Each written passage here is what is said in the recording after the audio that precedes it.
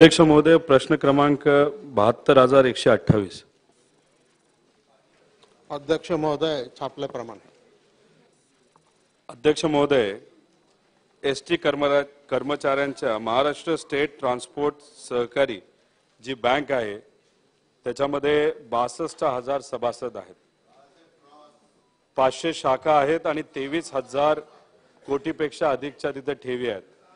अध्यक्ष महोदय, ही जी बँक आहे ती कर्मचाऱ्यांची बँक आहे आणि या बँकच्या माध्यमातून कर्मचाऱ्यांची एवढीच अपेक्षा असते की आरोग्याचा कुठला प्रश्न उद्भवला, घर बांधायचं असेल, नाही तर छोटं मोठं एखादं लोन घ्यायचं असेल तर या बँके माध्यमातून लगेच मदत त्या कर्मचाऱ्याला मिळते. अध्यक्ष महोदय, हे कर्मचारी सर्व गरीब कर्मचारी आहेत. कुठल्याही नॅशनलाइज बँकेमध्ये गेल्यानंतर त्यांना मदत लगेच मिळत नाही, म्हणून ही बँक अतिशय महत्त्वाची अशी बँक त्यांच्यासाठी आहे. अध्यक्ष महोदय, 2300 कोटीपेक्षा जास्त इथं जर डिपॉझिट असतील तर त्याचा अर्थ या सगळ्या कर्मचाऱ्यांनी मिळून अनेक वर्षांपासून ही बँक उभी केलेली आहे. एखादी संस्था उभी करत असताना त्याला खूप कष्ट द्यावे लागतात, पण एखादी संस्था बर्बाद करायची असेल तर चुकीचा व्यक्ती तिथं बसला तर त्याला काही महिनेच लागतील, अशी परिस्थिती आज तिथे आहे.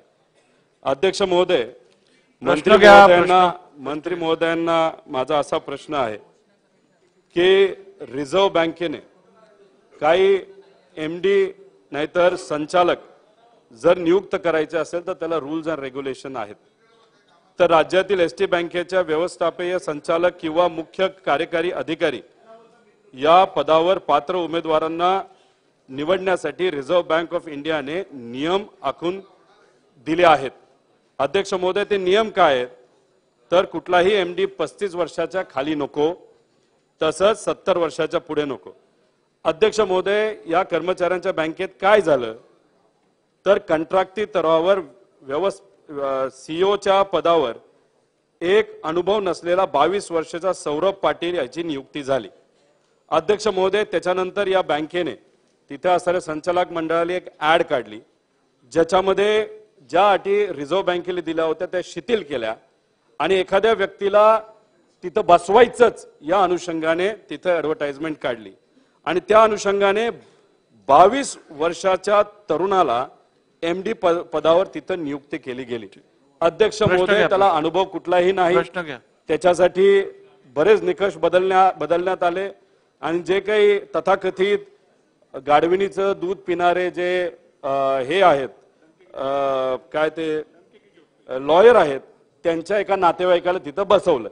अध्यक्ष महोदय, बसवल्यानंतर इतके चुकीचे निर्णय या बँकेने घेतले, 400 ते 500 कोटीचे डिपॉझिट हे काढण्यात आले आणि ही बँक आज अडचणीत आलेली. अध्यक्ष महोदय, मला मंत्री महोदयांना विचारायचंय की आज अशा पद्धतीने चुकीचे निर्णय घेऊन तिथे एका व्यक्तीला जर नियुक्त केला असेल तर सरकार त्याच्यामध्ये लक्ष घालणार का आणि जे काय चुकीचे निर्णय घेतले या संचालकाने घेतले असतील तर अख्खं संचालक मंडळ हे तुम्ही बरखास्त करणार का आणि ज्या लोकांनी चुकीचे निर्णय घेतलेले आहेत त्यांच्यावर तुम्ही कारवाई करणार का? कारण का हे जे लोक आहेत हे अनेक वर्षापासून आपण प्रश्न. अध्यक्ष महोदय, महत्वाचा विषय आहे, आपण बघितलेला आहे की हे लोक राजकीय द्वेषातून या एसटी कर्मचाऱ्यांना अडचणीत आणलेलं आहे. राजकीय द्वेषातून कर्मचाऱ्यांचा तिथं त्यांनी जे कुठलं आंदोलन आहे त्याचा हस्तक्षेप करून अतिशय वेगळ्या पद्धतीने त्या लोकांकडनं फी सुद्धा घेतली करोडो रुपये. तर या लोकांवर तुम्ही कारवाई करणार का असा डायरेक्ट स्पष्ट असा आमचा प्रश्न आहे.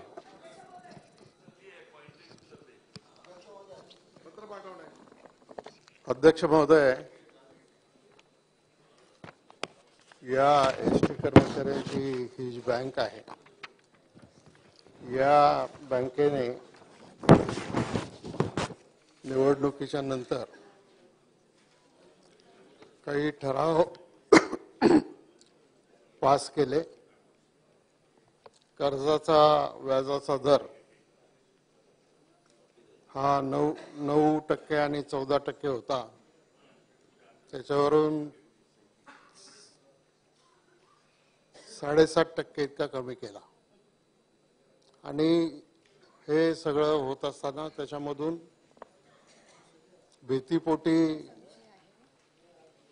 काही सभासदांनी आता शेवटी हे सभासद सगळे एसटी महामंडळाचे कर्मचारीच आहेत, त्याच्यामध्ये बाहेरचं कोणी नाही. तर त्याचा परिणाम झाला, एक वेगळं वातावरण त्याच्यामध्ये निर्माण झालं आणि ही बाब ज्यावेळेला राज्य शासनाच्या लक्षामध्ये आली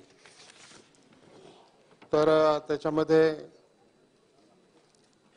या बँकेवर नव्यानं निवडून आलेलं जे संचालक मंडळ आहे त्या संचालक मंडळाने घेतलेल्या निर्णयाच्या अनुषंगानं बँकेची कामगिरी, बँकेच्या कामकाजाची आर्थिक तपासणी करण्यासाठी सहकार आयुक्त व निबंधक पुणे यांनी महाराष्ट्र सहकारी संस्था अधिनियम 1960च्या कलम 89A1 खाली सदर बँकेच्या या कालावधीची तपासणी करण्यासाठी जिल्हा उपनिबंधक सहकारी संस्था मुंबई 1 यांची नियुक्ती करण्यात आली असून 2 महिन्यात तपासी अहवाल सादर करण्यास सांगितलेला आहे. आणि त्याच्यानंतर मी सभागृहाला आणि एवढंच सांगू इच्छितो की हा अहवाल एकदा प्राप्त झाला की मग त्याच्या संदर्भामध्ये काय कार्यवाही करायची याच्या बाबतीमध्ये शासन नक्की निर्णय घेईल. बोला यामिनीताई बोला. अध्यक्ष महोदय धन्यवाद.